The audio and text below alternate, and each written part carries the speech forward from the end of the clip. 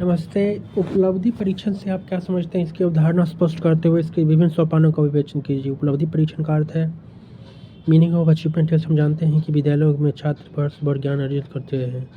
किसी भी कक्षा के सभी छात्रों का ज्ञान तथा एवं ज्ञान प्राप्त करने की सीमा एक सी नहीं होती। कोई छात्र ज्ञान का अर्जन जल्दी कर लेता है तो कोई देर से। छात्रों के इस ज्ञान या ज्ञान प्राप्ति की सीमा का समापन उपलब्धि परीक्षाओं के द्वारा किया जाता है। सरल शब्दों में हम कह सकते हैं कि छात्रों की विभिन्न विशेषताओं तथा ज्ञान का मापन जिन परीक्षणों द्वारा किया जाता है उस परीक्षण को उपलब्धि परीक्षण कहते हैं। इसके पारिभाषिक अर्थ के संबंध में कहा जा सकता है कि उपलब्धि परीक्षण वे परीक्षण होते हैं जिनकी सहायता से विद्यार्थियों के विभिन्न विषयों से संबंधित ज्ञान की सीमा ज्ञात की जाती है। उपलब्धि परीक्षण के अर्थ को निम्नलिखित परिभाषाओं के अध्ययन से और अधिक स्पष्ट किया जा सकता है। फ्रीमैन के अनुसार उपलब्धि परीक्षण वह विकल्प है जो एक विशेष विषय या पाठ्यक्रम के विभिन्न विषयों व्यक्तियों के ज्ञान, समझ एवं कौशल का मापन करता है। गैरेट के अनुसार उपलब्धि परीक्षणों का प्रयोग छात्रों के सामान्य शैक्षिक स्तर या स्थिति और किसी विशेष विषय में उनके ऊपर ज्ञान को निश्चय करने के लिए किया जाता है। शर्मा के अनुसार उपलब्धि परीक्षण का निर्माण इसलिए किया जाता है कि व्यक्ति को किसी विशिष्ट कौशल या ज्ञान के क्षेत्र में किस प्रकार प्रशिक्षित किया जाता है।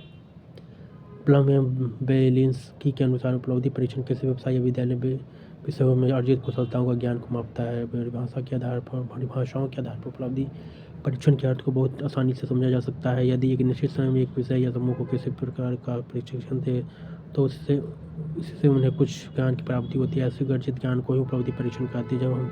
जब इसी उपलब्धि को मापने के लिए परीक्षणों का निर्माण करते हैं तो उसे उपलब्धि परीक्षण कहते हैं। ऐसे परीक्षणों का प्रयोग मुख्यतः स्कूलों के सभी विषयों के ज्ञान को मापने के लिए किया जाता है। उपलब्धि परीक्षण की विशेषताएं। Characteristics of achievement test. उपलब्धि परीक्षण की निम्नलिखित सीमाएं। इस प्रकार के परीक्षण में बहुत सुनिश्चित प्रश्न पूछे जाते हैं जिसके लिए आंशिक अंक देने का कोई प्रावधान नहीं। इस तरह की परीक्षाओं में विश्वसनीयता और वैधता होती है। उपलब्धि परीक्षण के उद्देश्यों को पहले से ही निश्चित कर लिया जाता है कि किस उद्देश्य को प्राप्त करने के लिए उपलब्धि परीक्षण का आयोजन किया जा रहा है। इस प्रकार के परीक्षण व्यक्ति के भाग्य को प्रभावित नहीं करते क्योंकि इसमें परीक्षणों की संख्या अत्यधिक होती है। परीक्षणों का समय और पैसा बहुत कम खर्च होता है। इसलिए हमारे देश में इस प्रकार के परीक्षणों की व्यवस्था करना सुविधाजनक है। वैसे परीक्षणों का रूप व्यवहारिक होता है। इसकी समय सीमा एवं अंकन पहले से ही निश्चित कर ली जाती है। इन परीक्षाओं का आयोजन अलग अलग स्तर के छात्रों के लिए अलग अलग ढंग से किया जाता है। उपलब्धि परीक्षण के आधार पर तैयार किए गए परीक्षा परिणामों से शिक्षक संपूर्ण शिक्षा योजना बना सकता है। प्रश्नों की भाषा सरल, सुबोध एवं संक्षिप्त होती है। इस प्रकार के परीक्षण परीक्षार्थियों की रुचि, कौशलता, योग्यता स्तर को मद्देनजर रखते हुए तैयार किए जाते हैं। उपलब्धि परीक्षणों का महत्व। Importance of achievement test. आधुनिक युग में मानव जीवन से जुड़े हुए विभिन्न क्षेत्रों में उपलब्धि परीक्षण का प्रयोग हो रहा है। विभिन्न क्षेत्रों में अनेक प्रकार के परीक्षणों का उपयोग होना प्रमाणित करता है कि उपलब्धि परीक्षण मानव के लिए अत्यंत उपयोगी सिद्ध हुई है। यदि देश की उपलब्धि परीक्षणों के विभिन्न आंकड़ों पर नजर डाला जाए तो यह पता चलता है कि प्रत्येक वर्ष बहुत से व्यक्ति न किसी प्रकार की परीक्षा में बैठते हैं। केंद्रीय एवं प्रांतीय सरकार भी इस प्रकार के आयोजनों का काफ़ी धन खर्च करती है। उपलब्धि परीक्षणों का प्रयोग विद्यालय प्रवेश, कर्मचारियों के चयन एवं नियुक्ति तथा प्रतियोगिताओं के लिए होता है। इस प्रकार के उपलब्धि परीक्षणों का प्रयोग केवल शिक्षाविदों एवं मनोवैज्ञानिकों तक ही सीमित नहीं है अपितु डॉक्टर, अनुसंधानकर्ता, इंजीनियर एवं सैनिक अधिकारी भी इनका प्रयोग आवश्यकता अनुसार करते हैं। शिक्षा के क्षेत्र में उपलब्धि परीक्षण के महत्व को निम्नलिखित प्रकार से समझा जा सकता है। इस तरह के प्रशिक्षण द्वारा बालकों को अध्ययन के लिए प्रलोभन दिया जा सकता है क्योंकि इसकी पृष्ठभूमि में एक मनोवैज्ञानिक तथ्य छिपा रहता है। ऐसे परीक्षण पाठ्यपुस्तकों एवं पाठ्यक्रम की खामियों की जानकारी शिक्षक को देकर उनमें सुधार करने के लिए सहायक करते हैं। इस प्रकार के परीक्षणों का उपयोग निदानात्मक व उपचारात्मक रूप से किया जा सकता है। इसके माध्यम से बालकों को विभिन्न विषयों के पाठ्यक्रम के किस भाग का अध्ययन किया है या नहीं और कितना अध्ययन शेष है इसकी जानकारी देकर उन्हें आगे पढ़ने के लिए प्रेरित किया जा सकता है।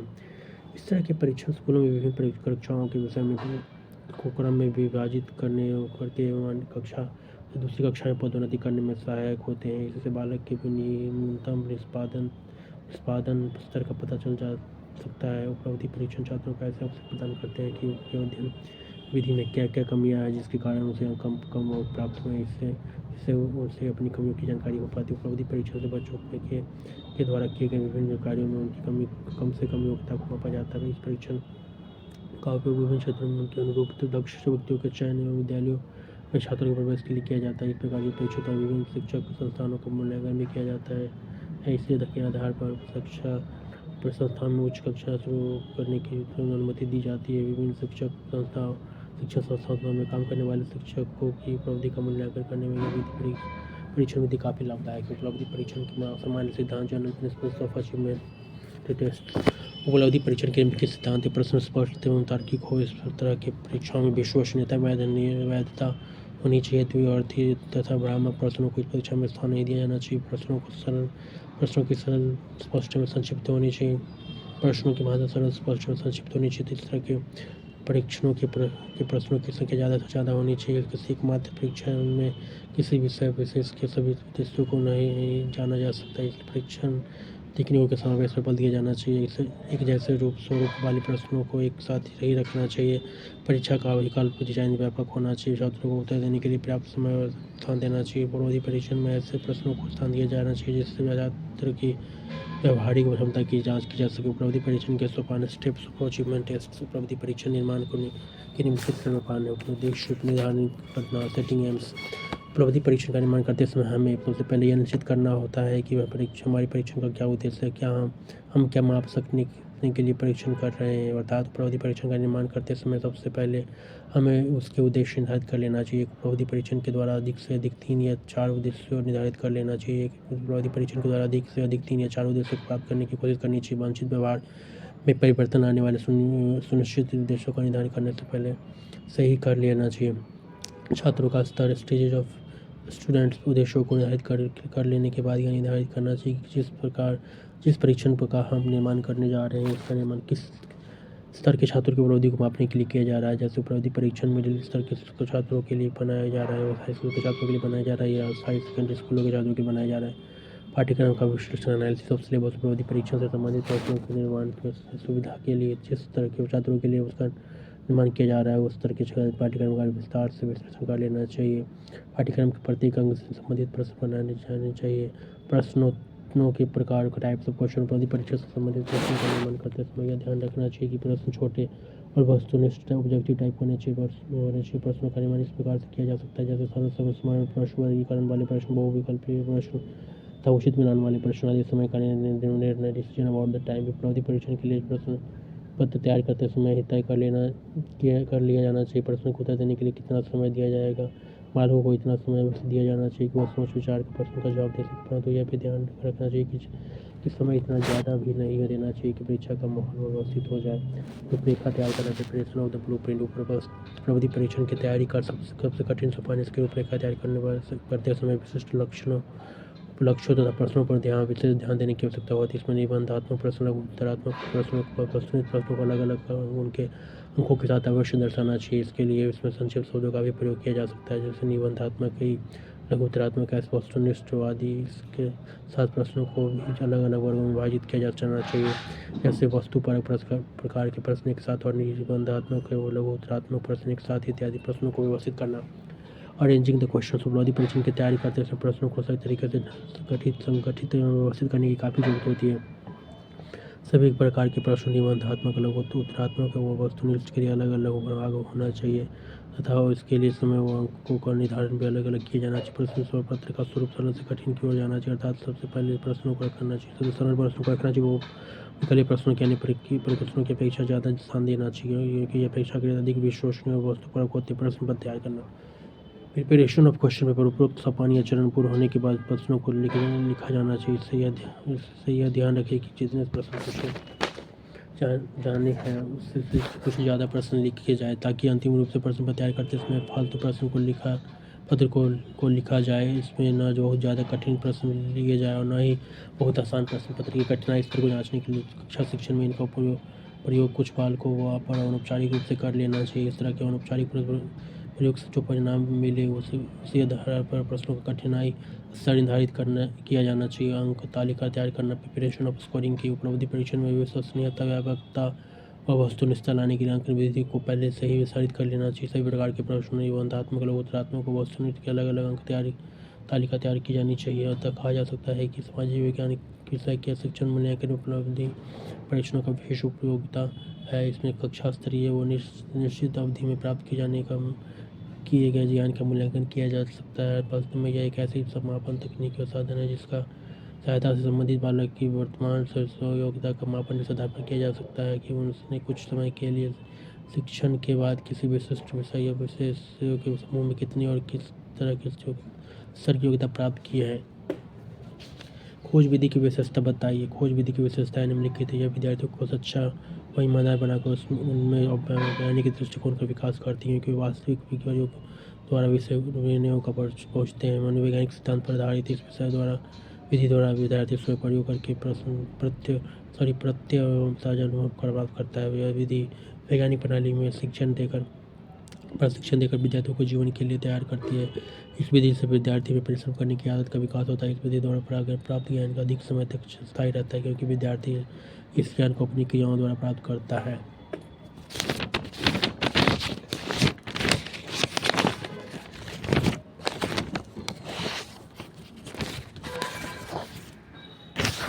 ग्रेडिंग एवं क्रेडिट प्रणाली की अवधारणा, गुण और सीमाओं का वर्णन करें। वर्तमान शिक्षा प्रणाली में प्रश्न पत्र बनाते समय उनको उसके अंकों का भी निर्धारण कर दिया जाता है। शैक्षणिक उपलब्धि को मापने का सबसे ज़्यादा प्रचलित साधन प्रश्न पत्रों पर आधारित परीक्षा प्रणाली है। प्रश्नों व अंकों के बीच सीधा संबंध होता है। परीक्षक को उत्तर पुस्तिकाएं जांचते समय निर्धारित कर अंकों के हिसाब से मूल्यांकन करता है। बालक के पास केवल प्राप्त अंकों के आधार पर किया जाता है। कक्षा के प्रथम, द्वितीय और अन्य कोई उपलब्धि मापने का सामान्य एवं प्रचलित तरीका परीक्षा में किए गए।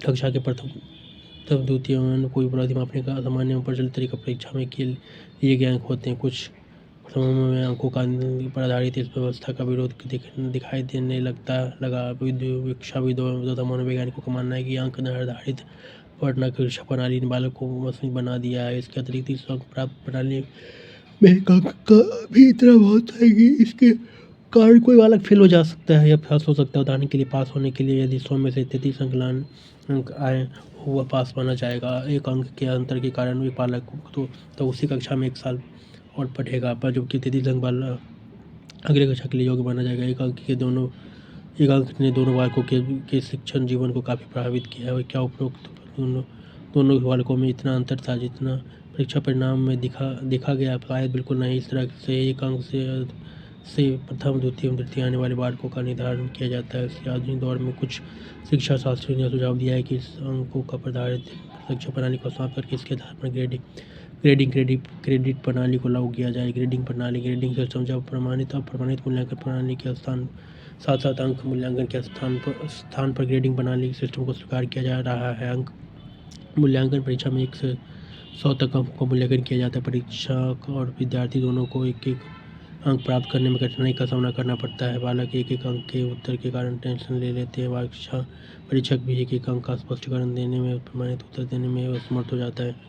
इससे विद्यार्थियों और परीक्षकों को अध्यापकों की एक अंक की चिंता को दूर करने के लिए या तब विद्यार्थियों और अध्यापकों में प्राप्त अंकों के मुकाबले मतभेद की स्थिति उत्पन्न हो। इस मूल्यांकन में ग्रेडिंग प्रणाली को अपनाया जा रहा है। ग्रेडिंग प्रणाली को निम्नलिखित भागों में बांटा जा सकता है। 80% से अधिक अंक प्राप्त विद्यार्थियों को एक ही स्तर में रखकर उसको सर्वश्रेष्ठ श्रेणी में रखकर वो दिया जाए, जिसका अर्थ उत्कृष्ट होता है। 60% से कम और 50% अधिक वाले अंक प्राप्त करने वाले सभी विद्यार्थियों को दर्जा अच्छा देकर उन्हें ग्रेड ए दिया जाए।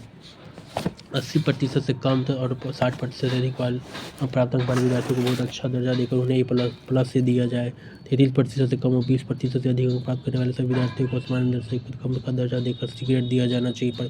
प्रतिशत से कम और 33% से अधिक अंक प्राप्त करने वाले सभी विद्यार्थियों को सामान्य दर्जा देकर उन्हें ग्रेड बी दिया जाना चाहिए। 20% से कम अंक प्राप्त करने वाले सभी विद्यार्थियों को मंदबुद्धि होने की दर्जा देकर उन्हें डी ग्रेड दिया जाना चाहिए। इस तरह के 1 से 100 अंकों का स्तर स्पष्ट करने की अपेक्षा कुल 6 श्रेणियों में बांटकर प्रमाणित मूल्यांकन प्रणाली को प्रस्तुत किया गया, जो बहुत सरल, स्पष्ट, न्यायोचित और निष्पक्ष सिद्धांत हो रही है। इससे छात्रों का शैक्षिक उपलब्धि का ज्ञान हो जाता है। इस प्रणाली से विद्यार्थी शिक्षण प्रक्रिया को जांचने और सुधारने के लिए सुनहरा अवसर मिलता है। इस तरह के मूल्यांकन से अभिभावकों और समाज को संस्था की प्रगति और शैक्षणिक गतिविधियों की पूरी जानकारी मिलती है। अभिभावकों को इस तरह के मूल्यांकन से अपने बच्चों के विकास और सहभागी क्रियाओं का पता चलता है। अध्यापक भी इससे विद्यार्थियों की रुचि और इच्छानुसार पाठ को प्रस्तुत करने का प्रयास करता है। शिक्षण में रही त्रुटियों को इसकी सहायता से दूर किया जा सकता है। अध्यापक इससे विद्यार्थियों की सहभागिता समस्याओं व बाधाओं को दूर करके शिक्षण सुविधाएं प्रदान करने का सफल प्रयास करता है। इससे छात्रों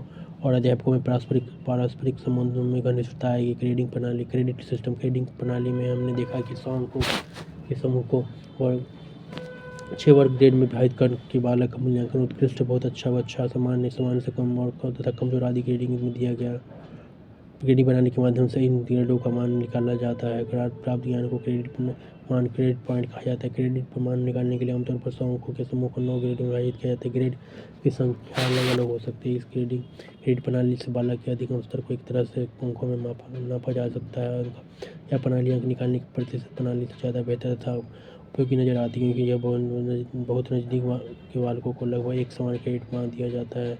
इनकी तालिका से समझा जा सकता है। अंकों का विस्तार मार्क्स रेंज 90 से 91 से 100, 81 से 90, 71 से 80, 61 से 70, 51 से 60। Grading system A1, A2, B1, B2, C1। Credit मान क्रेडिट पॉइंट ग्रेड और credit point 10.0, 9.0, 8.0, 7.0, 6.0, 41, 50, 33 to 40.1, 32, 00, 20, C2, D1, E2, 12.0, 4.0 लाभ। एडवांटेज क्रेडिट प्रणाली के प्रमुख लाभ निम्नलिखित है। इस प्रणाली के अंतर्गत शिक्षण अधिगम के समस्त रूपों को शामिल किया जाता है, इसलिए प्रणाली परीक्षा में समग्रता लाने में सक्षम। इससे परीक्षा प्रणाली में एकरूपता आती है। क्रेडिट आधारित मूल्यांकन प्रणाली तुलनात्मक रूप से अधिक विश्वसनीय तकनीक है। इस क्रेडिट आधारित प्रणाली को पूर्ण रूप से विद्यार्थी केंद्रित किया है। इससे विद्यार्थी से संबंधित प्रत्येक आवश्यकताओं के विषय में उनकी रुचि और योग्यता के साथ साथ पता चलता है। यह प्रणाली दूसरी प्रणालियों से ज़्यादा प्रमाणित विद्यार्थी को अलग श्रेणी में केवल उस स्थिति में भेजा जाता है जब वो अपने एग्जाम में कम से कम निर्धारित अंक प्राप्त कर लेता है। जब कोई भी विद्यार्थी किसी कोर्स में अच्छे अंक प्राप्त करता है तो वह उपलब्धि उसमें स्वतः ही प्रोत्साहन बढ़ देता है। दोष क्रेडिट आधारित प्रणाली अनेक लाभ होते हुए भी कुछ दोष है जो लिखित या नई विधि होने के कारण इसमें आत्मसात करने में मुश्किल होती है। काफ़ी महंगी परीक्षा प्रणाली इसकी सफलता से में दृष्टिकोण बहुत महत्वपूर्ण होता है। इससे अध्यापकों पर अतिरिक्त बोझ पड़ता है। इससे अध्यापकों द्वारा पक्षपात करने की संभावना रहती है, इससे उपहार प्रथा का जन्म होता है। इसके अधिगम शिक्षण के लिए समय की भी कमी एक बाधा है। ग्रेडिंग और क्रेडिट मूल्यांकन से अभिभावकों तथा समाज को विद्यार्थियों और संस्थाओं के राष्ट्रीय विकास में सहयोग एवं उनकी भावना को पता चल लगेगा कि संस्थाएं और विद्यार्थी समाज और राष्ट्र के प्रति कितने समर्पित है। विद्यार्थियों के दैनिक जीवन से संबंधित बौद्धिक, शारीरिक, सामाजिक, राजनीतिक, सांस्कृतिक और स्वास्थ्य संबंधी प्रौद्योगिकी और प्रक्रियाओं का प्रमाणित ज्ञान प्राप्त हो जाता है। खुली किताब परीक्षण से क्या अभिप्राय है, इसकी उपयोगिता पर चर्चा कीजिए। खुली किताब परीक्षण प्रणाली एक ऐसी प्रणाली जिसमें विद्यार्थियों को उनकी किताब, नोट्स और अन्य सामग्री की सहायता लेने से मना नहीं किया जाता है। यह प्रणाली मुख्य रूप से अध्यापन कार्यक्रम के अंतर्गत प्रयोग की जाती है, क्योंकि यह छात्रों में आलोचनात्मक तथा सृजनात्मक दृष्टिकोण विकसित करता है। अध्यापन ज्ञान के परागमन के रूप में आमतौर पर विद्यालय या विश्वविद्यालय शिक्षण का उद्देश्य ज्ञान की वृद्धि का माना जाता है। इसके कौशलात्मक पहलू तक बहुत कम लोग सोच पाते हैं। इसी कार्यक्रमों में विषयों की सामग्री को सबसे महत्वपूर्ण स्थान दिया जाता है और अध्यापक को एक माध्यम और सहायताकर्ता के रूप में देखा जाता है, क्योंकि केवल किताबी ज्ञान को छात्रों तक पहुंचाने का कार्य करता है। और छात्रों से यह अपेक्षा की जाती है कि वे इस ज्ञान को वार्षिक परीक्षा या साल खत्म होने तक याद रख सके। इसका मूल्यांकन भी इस आधार पर कर दिया जाता है कि वे कितने ज्ञान को अपने मस्तिष्क में वार्षिक परीक्षा तक याद रख पाए। यह शिक्षा का सबसे बड़ा उद्देश्य सर्वांगीण विकास को प्राप्त करने के लिए काफ़ी नहीं है। यह केवल ज्ञान की मात्रा पर आधारित परीक्षा प्रणाली मानी जाती है। अध्यापक मानसिक विकास केंद्रित अध्यापक को एक अलग पहलू से भी देखा जा सकता है, जिसमें केवल ज्ञान को किताबों के से बच्चों को मस्तिष्क तक पहुँचाना उद्देश्य नहीं है, पितु यह देखना या परखना होता है कि छात्र किस प्रकार सीखते हैं, उनमें ज्ञान प्राप्त करने का कौशल विकसित हुआ है या नहीं, अपने इकट्ठे किए गए ज्ञान को नई और अलग तरह की समस्याओं को सुलझाने में प्रयोग कर सके और बुद्धिमत्तापूर्ण निर्णय निम्नतम अवधि में ले सके। इस प्रणाली के अंतर्गत केवल एक डिग्री और अच्छे नंबर लाना उद्देश्य नहीं होता, अपितु इसके अनुसार शिक्षा एक जीवन पर्यंत चलने वाली प्रक्रिया और मानसिक क्षमताओं का विकास सबसे महत्वपूर्ण है। खुली किताब परीक्षण के महत्व सलह उपयोगिता को निम्नलिखित बिंदुओं के अंतर्गत स्पष्ट किया जा सकता है। ज्ञान का निर्माण, आवश्यकता अनुसार ढालना और इकट्ठा करने का कौशल। इस प्रणाली के अंतर्गत छात्रों को पूछे गए प्रश्न के अनुसार स्वयं ज्ञान को अपने अनुसार ढाल कर लिखना होता है। परीक्षा के लिए वे हर प्रकार ज्ञान को संयोज कर रखते हैं ताकि परीक्षा के समय वो आसानी से ज्ञान कर सके कि उन्हें चाहिए कि वो कहाँ मिल सकता है। रटने की प्रवृत्ति प्रधारित नहीं है। इसके अंतर्गत छात्रों को रटने की आवश्यकता से ज़्यादा समझने की आवश्यकता महसूस होती है। इस प्रकार से वो जो ज्ञान अर्जित करते हैं उससे रटने की बजाय समझने का अधिक प्रयास करते हैं। अध्यापन का उद्देश्य मानसिक क्षमताओं का विकास। अध्यापक का कार्य केवल ज्ञान किताबों से छात्रों के मस्तिष्क में पहुँचाना नहीं, अपितु उनके कौशल और मानसिक क्षमताओं का विकास करना है ताकि वह अपने दैनिक जीवन में इसमें समस्याओं को सुलझा सके और उनसे सही समय पर सही निर्णय लेने की क्षमता का विकास हो सके। तर्क वितर्क की अवसर। इस प्रकार की परीक्षा में किस प्रकार के प्रश्न पूछे जाते हैं जो छात्रों को ऐसे अवसर प्रदान करते हैं जिससे वे सामग्री या पाठ्य पुस्तक के ज्ञान को अपने अनुसार ढाल सके तक अपने तर्क वितर्क का प्रयोग करके उत्तर दे सके। विश्लेषण करने के जो कौशल इस परीक्षा की तैयारी का हेतु अथवा क्रियान्वयन के उपरांत छात्र से पूछे गए प्रश्न के उत्तरों के लिए जितने हो सके अच्छे से उसे समझते हैं ताकि वे उनका प्रयोग परीक्षा में कर सके। कौन सी विषय वस्तु कहाँ उपयुक्त रहेगी इस बात का निर्णय करने के लिए वे बड़ी बारीकी से अध्ययन करते हैं। सृजनात्मकता का विकास। इस परीक्षा की विधि के माध्यम से छात्रों में सृजनात्मकता का विकास होता है ताकि वे सोच समझ और विषय वस्तु की सहायता से बड़े ही सृजनात्मक और नए ढंग से उत्तर देने का प्रयत्न करें जिसके आधार पर उनका मूल्यांकन का बड़ा ही विक्रियात्मक और वास्तविक किया जा सके। आत्मविश्वास से वृद्धि। कुछ छात्र आत्मविश्वास में वृद्धि। कुछ छात्र ऐसे भी होते हैं जिनके जो बेचारे कितने भी रट ले लेकिन वह रटा हुआ कुछ भी देर तक भुला जाते, परंतु अगर वो कोई चीज़ उन्हें समझ ना आ जाए तो वे लंबे समय तक नहीं भूलते। अर्थात ऐसे छात्र भले ही परीक्षा में अच्छे नंबर नहीं ला पाते परंतु उनका मस्तिष्क भी बारीकों की तरह सक्रिय होता है, बाकियों की तरह ही सक्रिय ही होता है। इस तरह के छात्रों का आत्मविश्वास खुली किताब परीक्षण के द्वारा बढ़ाया जा सकता है। खुली किताब परीक्षण के समय खुली किताब परीक्षण की कुछ कमियाँ अथवा सीमाएँ भी जो उनके प्रश्न पत्र बनाने में कठिनाई। इस प्रकार की परीक्षा हेतु प्रश्न पत्र का निर्माण किया जाता है जो वह आसानी से नहीं बचाया जा सकता। अर्थात इस प्रश्न पत्र पर सीधे कोई सवाल नहीं पूछा जाना चाहिए बल्कि ऐसे प्रश्न देना चाहिए जिससे छात्रों को सोचने समझने के अवसर प्राप्त हो। मूल्यांकन हेतु उपयुक्तता में कमी। इस प्रणाली के द्वारा भले ही उच्च स्तर के उद्देश्यों की प्राप्ति हो परंतु यह माना जा रहा है कि इस प्रणाली से छात्र केवल निष्क्रिय परीक्षार्थी बनकर बिना किसी तैयारी के परीक्षा देंगे और जो थोड़ा बहुत परीक्षाओं के डर से पढ़े लेते थे वो पढ़ना भी बंद कर देंगे। छोटी कक्षाओं के लिए अनुपयुक्तता। इस प्रकार की परीक्षा विधि का प्रयोग छोटी कक्षाओं में नहीं किया जा सकता है। उसका मानसिक विकास इस सीमा तक नहीं पहुँच पाता कि वे नए ढंग के सबसे तरह के प्रश्नों को किए गए प्रश्नों के आधार पर हल कर सके। अध्यापकों की कार्यक्षमता में कमी आएगी।